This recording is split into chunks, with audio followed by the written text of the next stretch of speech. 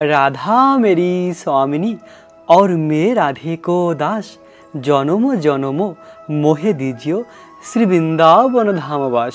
জয় জয় জয়া একাদশী কি, জয়া একাদশী বা ভৌমি একাদশীর ব্রত আমরা কবে পালন করব?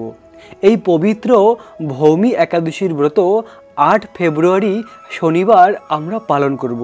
পৃথিবীর সকল স্থানে এই ভৌমি একাদশীর ব্রত পালন করার বিধি 8 ফেব্রুয়ারি শনিবার। তো আজ আমরা ভবিষ্যৎ পুরাণ থেকে এই ভৌমি একাদশীর মহিমা কথা শ্রবণ করব, ভগবান শ্রীকৃষ্ণের নিত্যধাম বৃন্দাবন ধামকে দর্শন করতে করতে। প্রিয় ভক্ত, একাদশীর ব্রত অতি পবিত্র।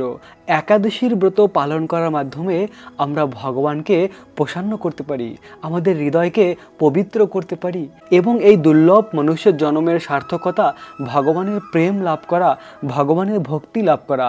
সেই ভগবানের অনন্য প্রেম ভক্তি লাভ করা যায় একাদশীর ব্রত পালন করার মাধ্যমে। তাই তো এই একাদশীর তিথিকে বলা হয় ভকতির জননী, অনন্য প্রেম ভক্তি দান করতে পারে। আরেকটি বিশেষ দুর্লভ সুযোগ রয়েছে আমাদের, যারা এই মহা কুম্ভ মেলা প্রয়াগরাজে এসে ত্রিবেণী সঙ্গমে স্নান করতে পারেনি, কুম্ভ মেলায় আসার সৌভাগ্য হয়নি, তাদের জন্য বিশেষ সুযোগ ভগবান দিয়েছে। এই ভৌমি একাদশীর ব্রত পালন করলে এই পৃথিবীর সমস্ত তীর্থস্থানে যাওয়ার ফল ঘরে বসে প্রাপ্ত হওয়া যায়। তাই তো প্রিয় ভক্ত, এখন থেকেই মনে সংকল্প নিন আর এই পবিত্র ভৌমি একাদশীর ব্রত পালন করে কুম্ভ মেলার মহা স্নানের ফল লাভ করুন। আপনাদের জন্য এই বিশেষ সুযোগ ভগবান দিয়েছে, ঘরে বসে এই মহা কুম্ভের স্নানের ফল লাভ করুন। চলুন প্রিয় ভক্ত, আমরা এই পবিত্র একাদশীর মহিমা কথা শ্রবণ করি।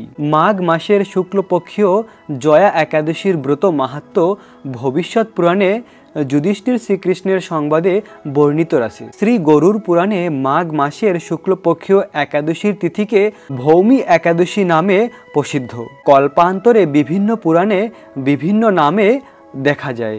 পদ্ম পুরাণ অনুসারে জ্যৈষ্ঠ মাসের শুক্লপক্ষীয় একাদশীর নামেই পাণ্ডুবা নির্জলা বা ভীমসেনী একাদশী। যে একাদশী জ্যৈষ্ঠ মাসে রয়েছে পাণ্ডুবা নির্জলা, ওই একাদশীকে ভীমসেনী একাদশী বলা হয়। আর এই জয়া একাদশীকে ভৌমি একাদশীও বলা হয়। বিভিন্ন কল্পে বিভিন্ন নাম রয়েছে। যুধিষ্ঠির মহারাজ বললেন, হে কৃষ্ণ, আপনি কৃপা করে মাঘ মাসের শুক্লপক্ষীয় একাদশীর মহিমা আমার কাছে বর্ণনা করুন। ভগবান শ্রীকৃষ্ণ বললেন, হে মহারাজ, মাঘ মাসের শুক্লপক্ষের একাদশী জয়া নামে প্রসিদ্ধ।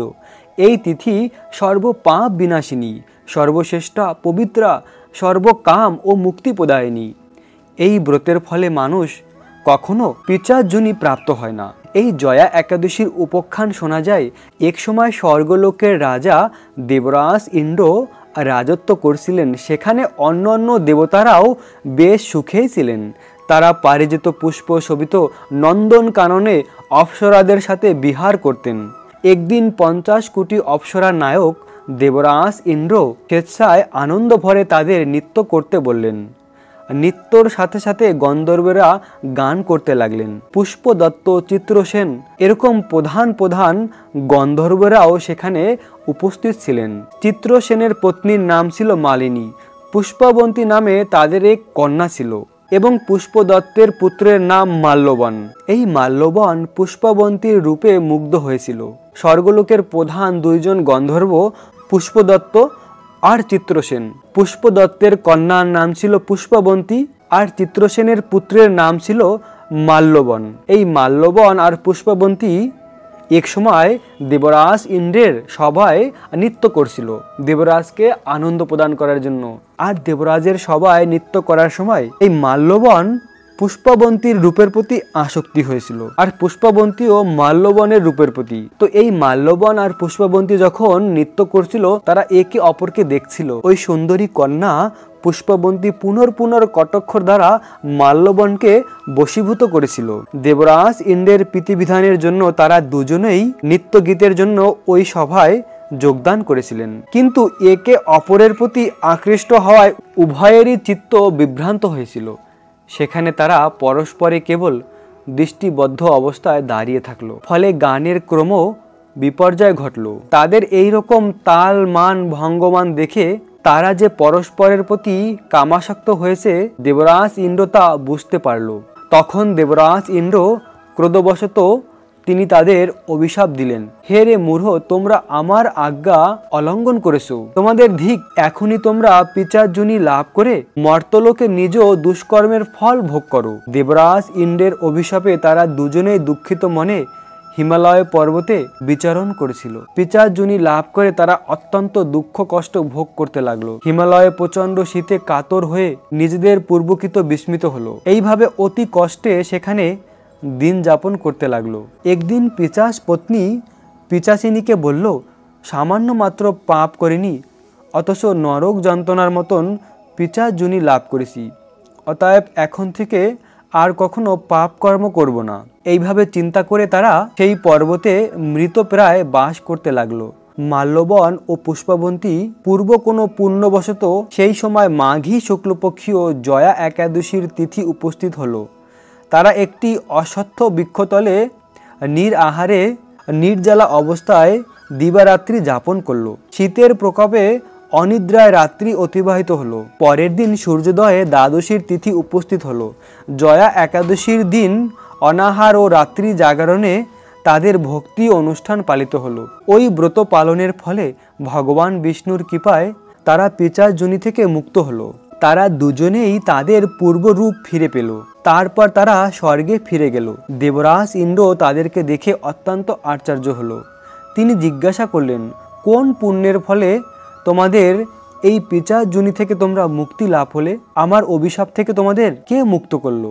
তখন মাল্যবান বললেন, হে প্রভু, ভগবান বাসুদেবের কৃপায় জয়া একাদশীর ব্রতের পুণ্যের প্রভাবে আমরা এই পিচার্জনী থেকে মুক্তি লাভ করেছি। তাদের কথা শুনে দেবরাজ ইন্দ্র বললেন, হে মাল্যবান, তোমরা এখন থেকে আবার অমৃত পান করো। একাদশীর ব্রতে যারা আসক্ত এবং যারা কৃষ্ণ ভক্তি পরায়ণ তারা আমাদেরও পূজ্য বলে জানবে।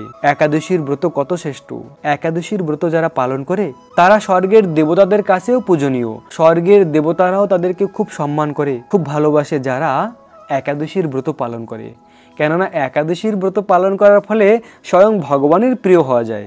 আর ভগবানের কাছে যে প্রিয় হয় সে সমস্ত দেবতাদের কাছে প্রিয় হতে পারে এবং ভব সংসার থেকে মুক্তি লাভ করে ভগবানের কাছে ফিরে যেতে পারে। তখন দেবরাজ ইন্দ্র মাল্যবনকে বলল, তুমি এই দেবলোকে পুষ্পবন্তীর সাথে সুখে বাস করো। এভাবে পিচার্জনী থেকে মুক্তি লাভ করে স্বর্গে গিয়ে অমৃত পান করার আবার সুযোগ পেয়েছে এই জয়া একাদশীর ব্রত অজ্ঞাতসারে পালন করার ফলে। এরকম অপার মহিমা। আর যারা ভক্তি সহকারে এই ব্রত পালন করবে তারা ভগবানের নিত্য ধাম বৈকুণ্ঠ ধাম প্রাপ্ত হবে। সেই কথাই এখন ভগবান শ্রীকৃষ্ণ যুধিষ্ঠির মহারাজকে বলবেন। ভগবান শ্রীকৃষ্ণ বললেন, হে মহারাজ, এই জয়া একাদশীর ব্রত ব্রহ্ম হত্যাজনিত পাপকেও বিনাশ করে। এই ব্রত পালনে সমস্ত প্রকারের দানের ফল লাভ হয়। সকল যজ্ঞ ও তীর্থস্থানের পুণ্য ফল প্রাপ্ত হয়। এই একাদশীর মাহাত্ম্যে স্বয়ং ভগবান শ্রীকৃষ্ণ বলল যে সমস্ত তীর্থের ফল প্রাপ্ত হওয়া যায়। তাই তো এখন যে কুম্ভ মেলা চলছে, এই কুম্ভ মেলা যারা আসতে পারেননি তারা ঘরে বসে এই কুম্ভ মেলায় আসার ফল প্রাপ্ত হতে পারেন এই জয়া একাদশীর ব্রত নিষ্ঠা সহকারে পালন করার মাধ্যমে। সকল প্রকার যজ্ঞ ও তীর্থস্থানের পুণ্য ফল অনায়াসে প্রাপ্ত হয়ে যায় এই জয়া একাদশীর ব্রত পালন করলে। একাদশীর প্রভাবে আপনা থেকেই এই সমস্ত ফল লাভ হয়ে যায়। অবশেষে মহা আনন্দে অনন্ত কালের জন্য ভগবানের নিত্যধাম বৈকুণ্ঠ ধাম বাস হয়। এই জয়া একাদশীর ব্রত কথা পাঠ ও শ্রবণে অগ্নিষ্টম যজ্ঞের ফল লাভ করা যায়। এরকম অপার মহিমা রয়েছে এই জয়া একাদশীর। প্রিয় ভক্ত, স্বয়ং ভগবান শ্রীকৃষ্ণ এই মহিমা বলেছেন যুধিষ্ঠির মহারাজের কাছে।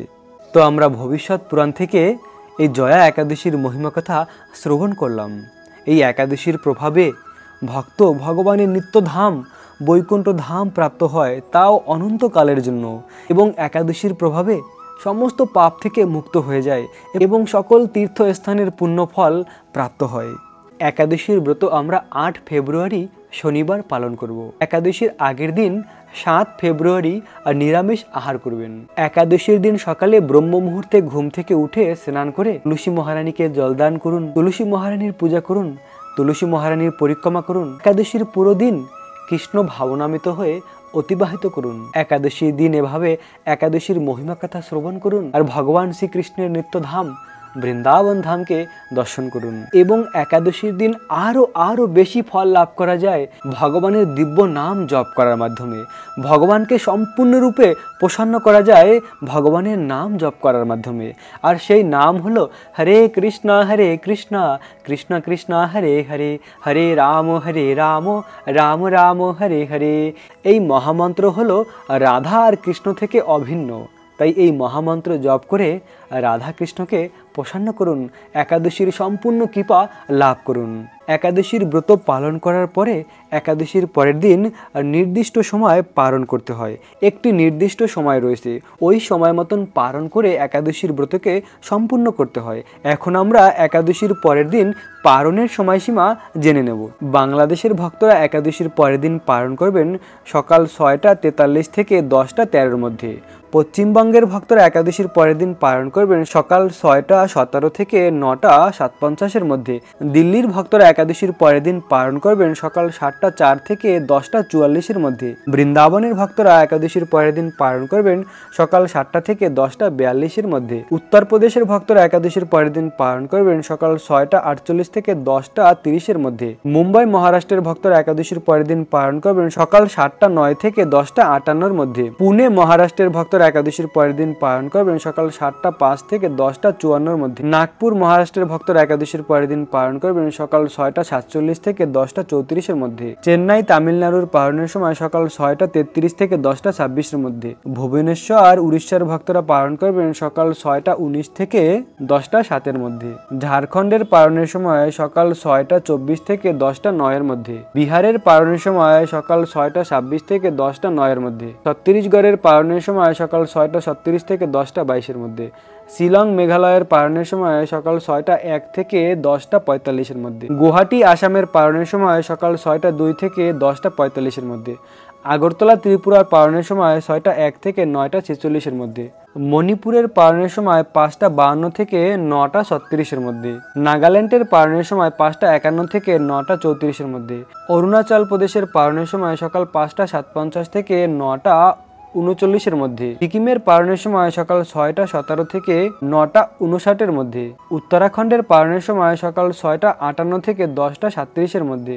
উত্তরপ্রদেশের ভক্তরা একাদশীর পরের দিন পালন করবেন সকাল 6টা 48 থেকে 10টা 30-এর মধ্যে। মুম্বাই মহারাষ্ট্রের ভক্তরা একাদশীর পরের দিন পালন করবেন সকাল 7টা 9 থেকে 10টা 58-এর মধ্যে। পুনে মহারাষ্ট্রের ভক্তরা একাদশীর পরের দিন পালন করবেন সকাল 7টা 5 থেকে 10টা 54-এর মধ্যে। নাগপুর মহারাষ্ট্রের ভক্তরা একাদশীর পরের দিন পালন করবেন সকাল 6টা 47 থেকে 10টা 34-এর মধ্যে। চেন্নাই তামিলনাড়ুর পালনের সময় সকাল 6টা 33 থেকে 10টা 26-এর মধ্যে। ভুবনেশ্বর আর উড়িষ্যার ভক্তরা পালন করবেন সকাল 6টা 19 থেকে 10টা 7-এর মধ্যে। ঝাড়খণ্ডের পালনের সময় সকাল 6টা 24 থেকে 10টা 9-এর মধ্যে। বিহারের পালনের সময় সকাল 6টা 26 থেকে 10টা 9-এর মধ্যে। ছত্তিশগড়ের পালনের সময় সকাল 6টা 37 থেকে 10টা 22-এর মধ্যে। শিলং মেঘালয়ের পালনের সময় সকাল 6টা 1 থেকে 10টা 45-এর মধ্যে। গুয়াহাটি আসামের পালনের সময় সকাল 6টা 2 থেকে 10টা 45-এর মধ্যে। আগরতলা ত্রিপুরার পালনের সময় 6টা 1 থেকে 9টা 46-এর মধ্যে। মণিপুরের পালনের সময় 5টা 52 থেকে 9টা 36-এর মধ্যে। নাগাল্যান্ডের পালনের সময় 5টা 51 থেকে 9টা 34-এর মধ্যে। অরুণাচল প্রদেশের পালনের সময় সকাল 5টা 57 থেকে 9টা 39-এর মধ্যে। সিকিমের পালনের সময় সকাল 6টা 17 থেকে 9টা 59-এর মধ্যে। উত্তরাখণ্ডের পালনের সময় সকাল 6টা 58 থেকে 10টা 37-এর মধ্যে। হরিয়ানার পালনের সময় সকাল 7টা 8 থেকে 10টা 58-এর মধ্যে। আর রাজস্থানের পালনের সময় 7টা 15 থেকে 10টা 57-এর মধ্যে। গুজরাটের পালনের সময় 7টা 18 থেকে 11টা 4-এর মধ্যে। মধ্যপ্রদেশের পালনের সময় সকাল 6টা 52 থেকে 10টা 37-এর মধ্যে। হায়দ্রাবাদ তেলেঙ্গানার পালনের সময় 6টা 45 থেকে 10টা 35-এর মধ্যে। ব্যাঙ্গালোর কর্ণাটকের পালনের সময় সকাল 6টা 44 থেকে 10টা 37-এর মধ্যে। কেরালার পালনের সময় সকাল 6টা 45 থেকে 10টা 40-এর মধ্যে। জম্মু কাশ্মীরের পালনের সময় সকাল 7টা 19 থেকে 10টা 56-এর মধ্যে। আন্দামান নিকোবরের পালনের সময় সকাল 5টা 42 থেকে 9টা 36-এর মধ্যে। আর নেপালের পালনের সময় সকাল 6টা 45 থেকে 10টা 27-এর মধ্যে। ভুটানের পালনের সময় সকাল 6টা 42 থেকে 10টা 24-এর মধ্যে। শ্রীলঙ্কার পালনের সময় সকাল 6টা 28 থেকে 10টা 26-এর মধ্যে। মায়ানমারের পালনের সময় সকাল 6টা 37 থেকে 10টা 25-এর মধ্যে। পাকিস্তানের পালনের সময় সকাল 6টা 57 থেকে 10টা 34-এর মধ্যে। মালয়েশিয়ার পালনের সময় সকাল 7টা 27 থেকে 11টা 27-এর মধ্যে। সিঙ্গাপুরের পালনের সময় সকাল 7টা 16 থেকে 11টা 18-এর মধ্যে। ইন্দোনেশিয়ার পালনের সময় সকাল 5টা 56 থেকে 10টা 3-এর মধ্যে। থাইল্যান্ডের পালনের সময় সকাল 6টা 43 থেকে 10টা 35-এর মধ্যে। জাপানের পালনের সময় সকাল 6টা 34 থেকে 10টা 4-এর মধ্যে। জাপানের পালনের সময় সকাল 6টা 34 থেকে 10টা 8-এর মধ্যে। দক্ষিণ কোরিয়ার পালনের সময় সকাল 7টা 28 থেকে 11টার মধ্যে। বেলজিয়াম চীনের পালনের সময় সকাল 7টা 14 থেকে 10টা 44-এর মধ্যে। হংকংয়ের পালনের সময় সকাল 6টা 58 থেকে 10টা 44-এর মধ্যে। অস্ট্রেলিয়ার পালনের সময় সকাল 7টা 35 থেকে 11টা 1-এর মধ্যে। নিউজিল্যান্ডের পালনের সময় সকাল 9টা 35 থেকে 11টা 15-এর মধ্যে। দুবাই আবুধাবির পালনের সময় সকাল 7টা থেকে 10টা 41-এর মধ্যে।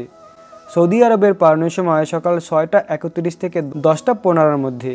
বাহরাইনের পালনের সময় সকাল 6টা 17 থেকে 11টার মধ্যে। কুয়েতের পালনের সময় সকাল 6টা 32 থেকে 10টা 12-এর মধ্যে। কাতারের পালনের সময় সকাল 6টা 12 থেকে 9টা 56-এর মধ্যে। ওমানের পালনের সময় সকাল 6টা 42 থেকে 10টা 28-এর মধ্যে। এই ছিল পৃথিবীর অনেক স্থানের পালনের সময়সীমা। প্রিয় ভক্ত, এই সময় পালন করে একাদশীর ব্রতকে সম্পূর্ণ করুন। পালনের প্রণাম মন্ত্র ভিডিওর নিচে প্রদান করব, ওখান থেকে দেখে নেবেন।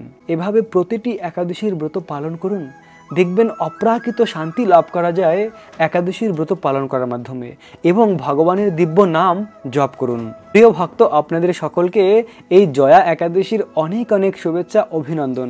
রাখবেন নিজেদের অনেক অনেক যত্ন, থাকবেন কৃষ্ণ ভাবনাময়।